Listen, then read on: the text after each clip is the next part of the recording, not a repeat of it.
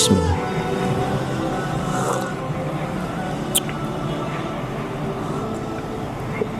Alhamdulillah. Assalamualaikum warahmatullahi wabarakatuh. Innal hamdalillah nahmaduhu wa nasta'inuhu wa nastaghfiruh wa na'udzubillah min syururi anfusina wa min sayyiati a'malina. May yahdihillahu fala mudhillalah wa may yudlil fala hadiyalah. Asyhadu an la ilaha illallah wa asyhadu anna Muhammadar Rasulullah sallallahu alaihi wasallam wa ala alihi wa ashabihi amma ba'd. Saudaraku sekalian yang semoga selalu dirahmati Allah. Setiap manusia yang sudah menikah pasti atau idealnya mendambakan memiliki putra-putri, memiliki anak, tentunya yang solih dan solehat. Dan semuanya menyadari memiliki putra-putri yang solehat itu tidak dengan serta-merta, tidak otomatis punya anak, lalu dia otomatis jadi solih-solehat. Tidak demikian, dan semuanya orang sudah memahami itu, tidak serta-merta. Artinya butuh sentuhan, butuh bimbingan, butuh arahan, butuh orang yang bisa menjadikan anak-anak menjadi anak-anak yang solih dan solihat. Siapa orang-orang tersebut? Tentunya adalah orang tua. Orang tua dibantu dengan orang-orang yang bisa membantu anak-anak tersebut bisa menjadi anak-anak yang solih dan solihat. Karena memang memiliki anak yang solih dan solihat itu adalah merupakan aset yang luar biasa di dunia bahkan sampai di akhirat. Kalau dalam surat At-Tur ayat 21 Allah berfirman, wallazina amanu wattabathum dzurriyyatahum biiman alhaqna bihim dzurriyyatahum. Ini saya ulang, wallazina amanu wattabathum dzurriyyatuhum biimanin alhaqna bihim dzurriyyatahum. Al-ayah. Orang-orang yang beriman kemudian kami menyusulkan atau kami mengikut sertakan keturunan-keturunan mereka juga iman, maka nanti di akhirat keturunan mereka akan bisa menyusul di dalam derajat surganya orang tersebut. Ini bisa jadi anaknya masuk surga lebih tinggi, orang tuanya ngikut, atau sebaliknya. Yang ingin saya kemukakan di kesempatan kali ini adalah bahwa sebagai orang tua dan orang-orang yang membantu orang tua tersebut untuk membentuk anak yang soleh dan solehat membutuhkan fokus kepada 3 hal. Yang pertama, fokus untuk menjadikan anak-anak menjadi orang yang alim dan faqih. Alim itu berilmu. Jadi mulai dari kanak-kanak, orang tua membiasakan, menyuruh, mencontoh anak-anaknya untuk rajin ngaji. Semakin banyak ilmu dia dapat, maka kualitas anak tersebut akan semakin naik. Jadi semakin ilmu banyak dia dapat, maka ada kemungkinan kualitas anak-anak tersebut makin naik. Nah, setelah ilmu didapat, maka orang tua dan orang-orang yang terkait dalam pembinaan anak tersebut berusaha membimbing agar anak itu memahami ilmu yang telah dia dapat. Caranya adalah dengan mencontohkan, membimbing anak tersebut mempraktekkan ilmu yang telah dia dapat.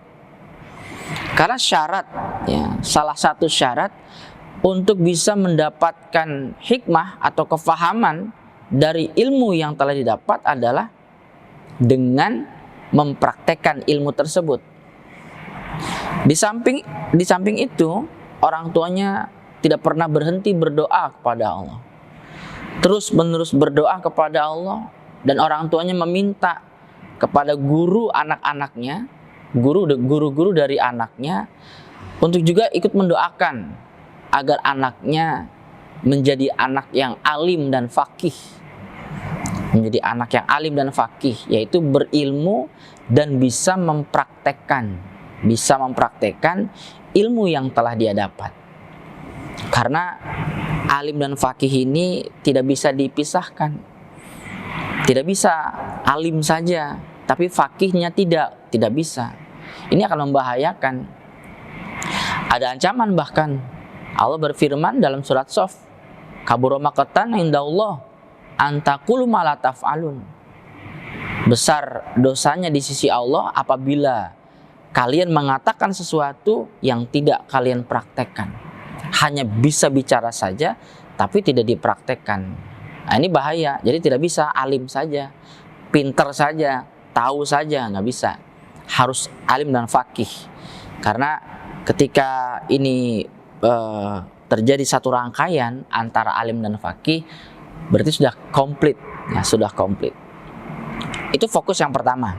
Jadi berarti orang tuanya selalu berdoa, ya Allah, jadikanlah anak-anak kami menjadi anak-anak yang gemar mengaji, gemar menuntut ilmu, dan gerakanlah hati anak-anak kami, ya Allah, untuk mau mempraktekkan ilmu yang telah didapat. Ini yang harus selalu keluar dari lisannya orang tua, memohon kepada Allah di sepertiga malam yang akhir, setelah sholat 5 waktu, di waktu duha, terus diulang-ulang. Yang kedua, fokusnya orang tua itu adalah mendidik anak-anaknya agar memiliki akhlakul karimah, memiliki akhlak yang baik. Di video yang sebelumnya, di video yang lain, saya setelah membahas tentang akhlakul karimah. Akhlak ini merupakan aset yang sangat berharga, bahkan tiket VIP untuk masuk ke dalam surga. Tidak terlihat seperti ibadah, tetapi sangat bisa memberatkan timbangan amal. Nah, nanti saudaraku bisa melihat video saya yang judulnya adalah Akhlakul Karimah, tiket VIP untuk masuk ke dalam surga. Nah, saya bahas agak panjang di dalam video tersebut. Nah, di dalam video ini intinya orang tua harus fokus anak-anaknya juga menjadi anak-anak yang memiliki akhlakul karimah. Caranya sama dengan yang pertama, orang tuanya mendoakan. Karena doa orang tua kepada anak itu sangatlah mustajab. Sayangnya tidak semua orang tua mau menggunakan senjata yang sangat ampuh itu untuk anaknya. Atau kadang menggunakan senjata yang ampuh tersebut tetapi salah menggunakannya. Harusnya mendoakan yang baik, tapi kadang-kadang tidak sadar karena dalam keadaan amarah dia malah mendoakan anaknya menjadi anak yang tidak baik. Nah, ini jangan sampai terjadi. Tapi yang paling penting, akhlakul karimah anak itu bisa terbentuk. Di samping orang tuanya mendoakan, yang paling terpenting adalah orang tuanya mencontohkan dalam tata cara bicara, bertutur kata. Orang tua keluar rumah ketemu dengan tetangga, lalu orang tua anak itu mengucapkan salam kepada tetangga, tersenyum, menegur tetangga, itu sudah menjadi pelajaran buat anak. Oh, berarti saya harus ramah. Kata orang tua saya, harus ramah, terutama kepada tetangga dan umumnya kepada banyak orang. Dan orang tua saya memberi contoh, keluar rumah ketemu tetangga, menyapa, mengucapkan salam, dan bahkan tersenyum. Berarti saya harus seperti itu. Saya ulang, yang pertama pondasinya adalah alim faqih, yang kedua berakhlakul karimah. Dan yang terakhir, yang ketiga adalah memiliki jiwa yang mandiri. Ini sangat penting karena agak repot apabila anak tidak memiliki jiwa yang mandiri. Memang manusia makhluk sosial, tetapi manusia tidak boleh bergantung kepada orang lain. Tidak boleh menjadi orang yang selalu mengharapkan pertolongan orang lain. Tidak boleh, walaupun manusia makhluk sosial. Karena dalilnya nas dalam Al-Quran hadis menyatakan walatakun kalan alan nas. Janganlah kalian menjadi orang yang menggantungkan diri kepada orang lain. Berarti di samping orang tua mendoakan agar anaknya bisa memiliki jiwa yang mandiri, orang tua mencontohkan, membimbing, mengarahkan. Tidak usah terlalu jauh. Mulai dari sedini mungkin anak-anak dilatih. Dari kecil sudah dilatih agar menyiapkan perlengkapan pribadinya sendiri. Pakaiannya, menyiapkan sepatunya. Sudah dewasa dikit, ketika dia selesai makan, diingatkan agar mencuci piringnya sendiri. Sudah dewasa lagi, diingatkan agar membersihkan pakaiannya sendiri. Terus begitu, sampai akhirnya meningkat kepada mandiri di dalam rezeki. Tidak menggantungkan diri kepada orang tua.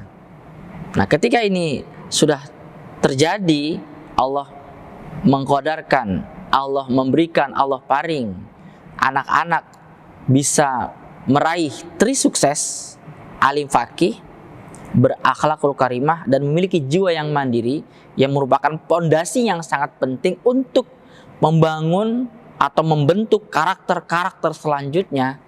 Insya Allah anak-anak Anda, saudaraku sekalian, akan menjadi anak-anak yang sukses di dunia, bahagia di dunia, dan apalagi di akhirat memiliki kehidupan yang selama-lamanya dalam kebahagiaan, sibuk di dalam kenikmatannya Allah, di dalam surga Firdaus. Semoga Allah mengabulkan, Allah memberikan tercapai semua keinginan-keinginan kita yang baik tentunya. Amin, amin ya rabbal alamin.